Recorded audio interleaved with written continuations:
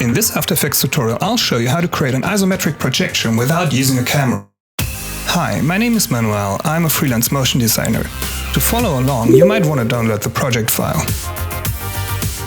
And stick around till the end. I'll show you a nice trick on how to animate these numbers. I did some research on isometric projection, and this is what I figured out. 30 degrees and 120 degrees are the two angles you need to keep in mind. And a 3D cube has the exact form of a hexagon. To create a hexagon, simply double-click on the polygon tool and change the points to 6. Let's use this hexagon as a guide to create our first shape. We double-click on the rectangle tool to create a shape. Scale the shape down to 400 by 400 pixels. Fill black, no stroke. We have to get the isometric perspective or projection right. Therefore, we add a new group to the shape because we don't transform the shape itself. Let's name the group Isometric Perspective and add the rectangle to the group. Then we open the transform property of the group. We release the little chain here and then change the height to 86.6. That's the result of a complicated formula. Luckily somebody else did the math. Then we set skew to 30 and the rotation to 30 degrees. This is our basic setup. Let's create a mobile phone out of the shape.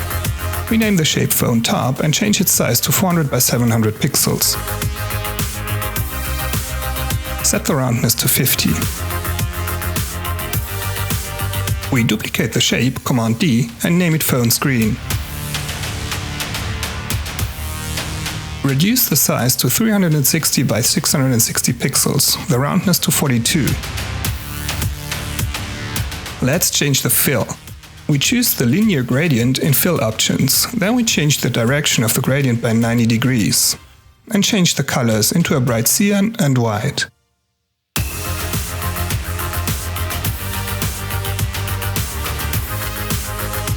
Next, we copy the phone top, name it phone bottom,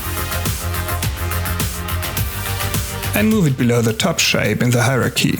Then we change the position of the rectangle path. 60 pixels for X and 60 for Y. Now we obviously need to fill the sides. Therefore we grab the pen tool and draw a path that covers the sides. Set the fill to black.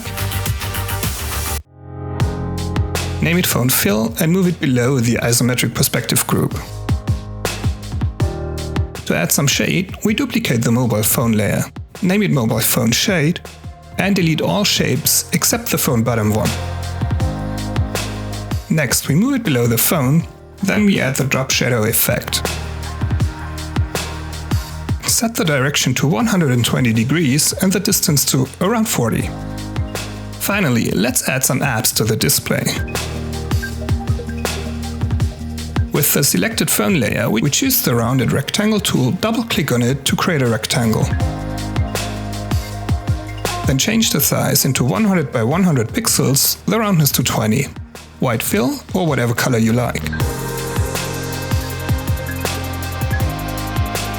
Then we move it into the isometric perspective group and place it on the screen. Now we duplicate it 4 more times, place all the apps and change the color of the last one into blue.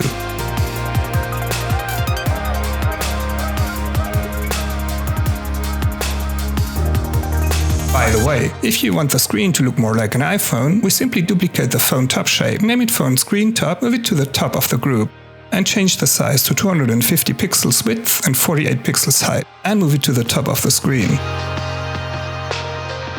Maybe 200 pixels wide is better. Some more adjustments. Let's animate app 5. We set a keyframe for the size, position and roundness at the beginning. Then we move to 25 frames and change all values so that the app completely covers the phone screen. Size 360 by 660 pixels, roundness 42 pixels. Finally, let's adjust the position so that the shape covers all of the screen. Now we select those keyframes, open the graph editor, make sure the snap icon is activated and edit speed graph is selected. And drag the right points to the bottom line and pull the handles to the left at the same time for a more organic movement.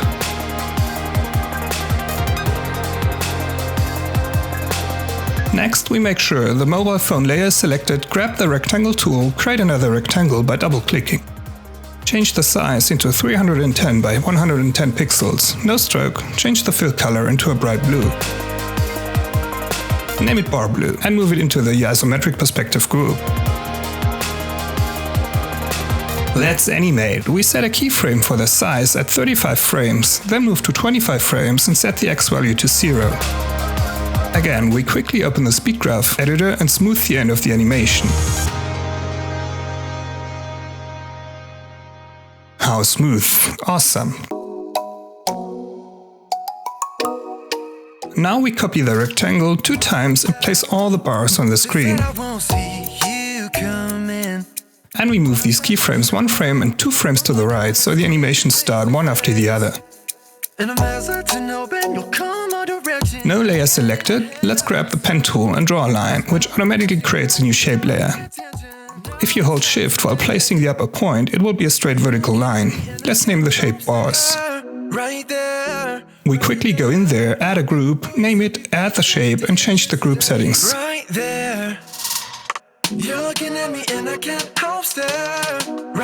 Scale 100 by 86.6, skew 30, rotation this time minus 30 degrees.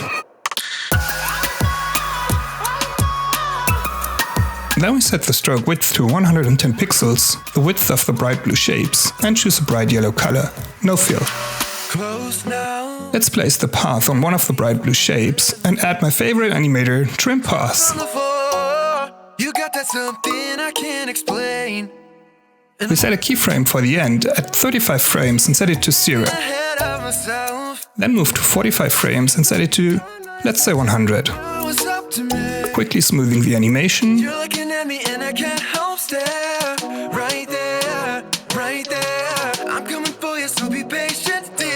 One last thing. We grab the type tool, click in the comp and type in some random number. 45 maybe. Then we set the alignment to the right here in the paragraph menu. We turn it into a 3D layer and set the X rotation to 50 and the Z rotation to 45 degrees. As this is a real 3D layer, our magic numbers don't work here anymore. Let's place it on the blue shape in front of the bar. We quickly duplicate the type layer and replace the number with the % symbol. Now let's open the text property and the Trim Path animator. Next we grab the property pick whip next to the source text and pull it onto the end property of the Trim Path animator. Magic! What kind of? This means we need to round the numbers. We unfold the source text property, now we can see the expression the property pick whip created. We click on the expression, go to the beginning and add math, important with a capital M. Then dot, then round. Choose the bottom one with the 2 brackets and delete the close bracket. But add it again at the end. There's our number moving up and down with the end value of the linked bar. Between 0 and 100, exactly what you need for infographics. We need to move the start point of the type layers to the beginning of the animation. Now it's your turn to add 2 more bars and finish all up. On the left side I've added some videos you might like. Subscribe to my channel on the right side and ring the bell if you want to know exactly when the next video is coming out. Thanks so much for watching, hope that tutorial was useful for you all. See you next time guys, bye!